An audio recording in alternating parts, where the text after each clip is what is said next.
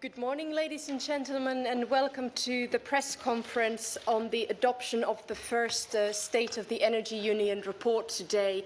I have Vice President responsible for the Energy Union, Maroš Šefčovič, here today to present the report that was adopted by the College just now.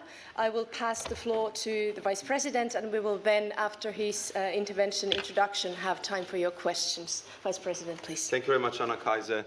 Ladies and gentlemen, today, as it was said, I present to you the first ever State of the Energy Union.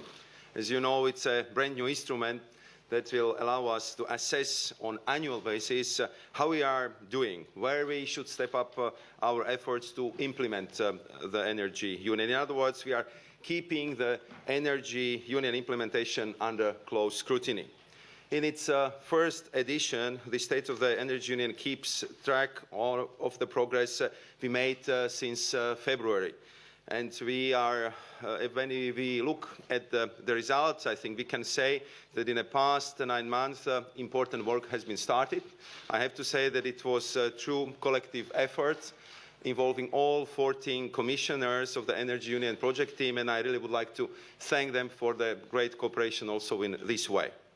If you look at the list of the results, let me just give a few examples. A breakthrough to better interconnect France and Spain, facilitated by the President Juncker, the adoption of the operational programs for the structural funds under the guidance of Corina, with very strong links to the Energy Union, New Horizon 2020, financing led by Carlos, equally with direct links to resource and energy efficiency, an agreement on the fourth railway package, which in Violeta words paves the way for more efficient rail services in the EU, the setting up of a high-level group for regional cooperation in Central South Europe, the so-called KESEC high-level group, on which we are working very closely together with Miguel Arias Cañete.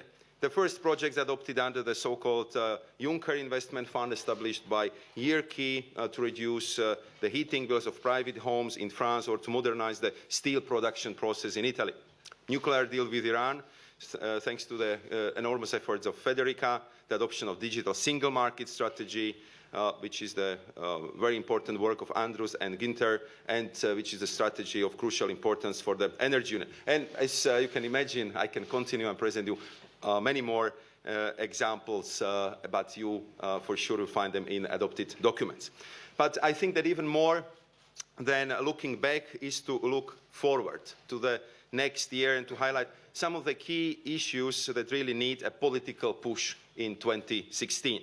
The State of the Energy Union is not about rewriting the Energy Union strategy, because its key principles remain more than ever valid. The State of the Energy Union is all about giving guidance to next year's work through some clear political messages, and I would present 4 of them to you now.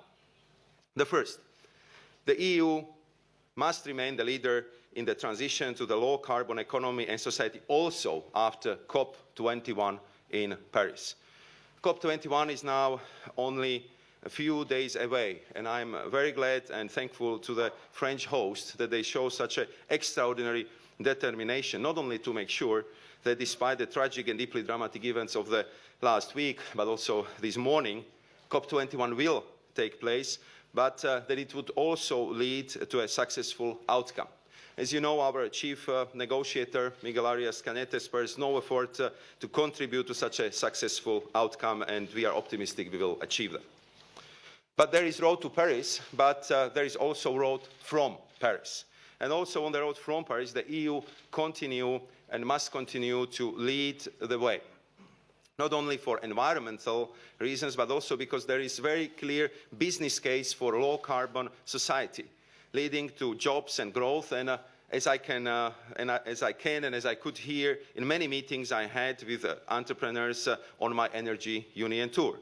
In the State of the Energy Union, we indicate that we will, what we will do to keep the leadership and move away from an economy driven by fossil fuels. First, make sure that the price signals are right. Last July, we presented our emission trading system proposal to get carbon price right. Next year, we will come with a proposal on a redesign of the electricity market to get the market price signals right as well. And second, that we will present a series of other legislative proposals needed to transition towards the low-carbon economy. Before summer, we will propose the effort-sharing decision in the non-ETS, looking also into the contribution of land use and the transport sector. And after summer, we will present legislation to ensure that we reach the 2030 targets on renewables and energy efficiency, the latter while having in mind an EU level of 30%. And third, we will further develop our financing instrument, making them more suitable for financing needs at the local level and for the energy efficient needs in the building sector, because you know very well this is where 40% of EU total energy consumption is used.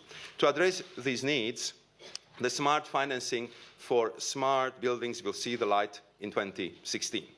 So when it comes to the transition to low-carbon economy, to the decoupling of GDP growth and greenhouse gas emissions reductions, I think we should be very proud because the EU has a very good story to tell. We are the only major economy which since 1990 could grow by 46% and at the same time to reduce the greenhouse gas emission by 23%. Nobody else managed to do that, and therefore we should be very proud of that achievement, but it's also quite clear that we shouldn't leave the story unfinished, because more chapters remain to be written. And this is the first message the State of the Energy Union wants to pass. Now to the second main message.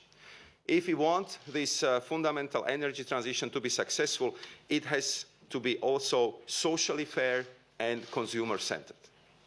European citizens and consumers should take ownership of this tradition and become more active players in the market. As the report on consumer trends in the energy market published also today clearly shows, from a consumer's perspective, energy markets are still not performing as they should. We still have a lot of work before us, for instance, on switching rates or consumer-friendly energy bills. So in 2016, we should prioritize concrete actions in this field too.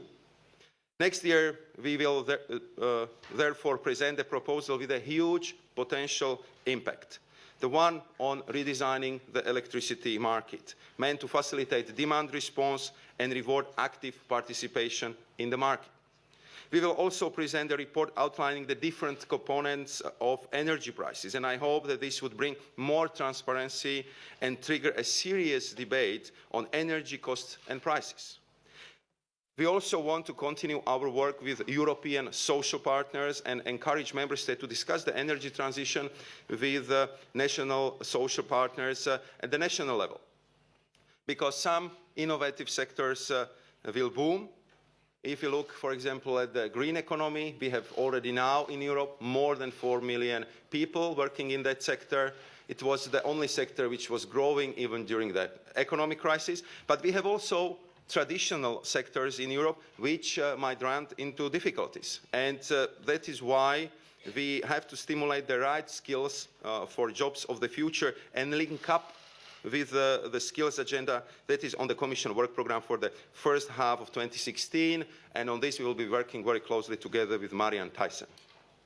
And finally, I'm convinced that in 2016 we should pay particular attention to the increasing number of the energy poor. When the next year our legislation will be reviewed, we should make sure that the interests of energy poor consumers are duly taken into account. My third message. In 2016, geopolitical challenges will not go away, but we need to be on top of them. We have to keep pushing for the diversification of energy sources, routes, and suppliers. We need to present an ambitious LNG strategy, which we plan to do in February. We should continue the discussions with third countries, in particular those in our immediate neighbourhood, like energy community partners, not only on security aspects in a narrow sense, but also on issues like renewables and energy efficiency. And an issue to which I want to pay special attention, we have to speed up the work on infrastructure projects. The procedures granting permits or financing issues simply take too long.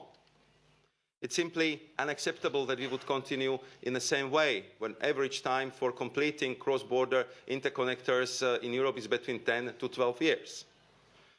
That's why I'm very glad that today we also adopted the second list of the project of the common interest, a list that is much more focused, moving from 248 to 195 projects, and much better aligned to the core objectives of the Energy Union, such as delivering on the 10% electricity interconnection target, providing additional sources of gas to member states that are still exclusively or predominantly dependent on single dominant supplier, or better connecting the EU energy market to the Caspian region, Central Asia and the Eastern Mediterranean. And my fourth and final message. With this state of the Energy Union, we are putting in place the first building blocks of a robust governance mechanism. The cornerstone of these governance mechanisms are national energy and climate plans prepared by the member states. And these plans serve four objectives. We want to ensure that the member states establish the long-term strategies. Currently, only 1/3 of them has a long-term vision and long-term energy and climate strategy. We want to ensure that member states embedded their strategies in a regional approach and engage in regional consultations. So they would focus on the questions like, what are the areas where the joint planning is most cost-effective? How can we avoid adverse effects on our neighbors? Then we also want to make sure that these national plans also mean to streamline the current reporting obligations, reduce unnecessary administrative burdens without touching the essentials of reporting obligations. And fourth, we will ask the member states not only to prepare a national plan, but also biannual progress reports, thus creating more transparency and more predictability also for the investors. And then, of course, what I have to highlight here, that's the fact that timing matters. And in a competitive global environment, the EU should remain the first mover. Therefore, I will strongly encourage member states to present their draft plans already in 2017.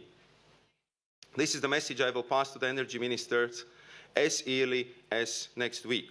The economic rationale for this is also very compelling. If we want investments, if we want growth and jobs, we have to indicate as soon as possible the direction in which we are going. And in the State of the Energy Union package, we give first guidance to the member states on what should be in their national plans, how they should be structured. But we also are setting some key indicators to better measure the progress, which I believe will be collectively achieving. Today, we are also presenting 28 country fact sheets, validated by each and every member state. And these allowed us to present already in this State of the Energy Union some first policy conclusions on where member states stand and where additional efforts are needed. And in future years, these policy conclusions could be further developed. So in other words, this year we are laying the foundation for a robust mechanism, while the next year we will come with a proposal that anchors this mechanism into legislation. That way, we will ensure that the European Parliament too will play its part in making the Energy Union happen. So these are the messages for 2016, that Europe will remain a leader in the transition towards a low-carbon society. The transition towards a low-carbon society will be important also for our future policy decisions. That this transition has to be socially fair and consumer-centered. That we should be on top of the geopolitical challenges also in 2016, and that we are establishing a robust mechanism that should bring transparency and predictability to investors. So to sum up, the 2015 was a good beginning, but 2016 will truly be the Energy Union's year of delivery. Thank you very much.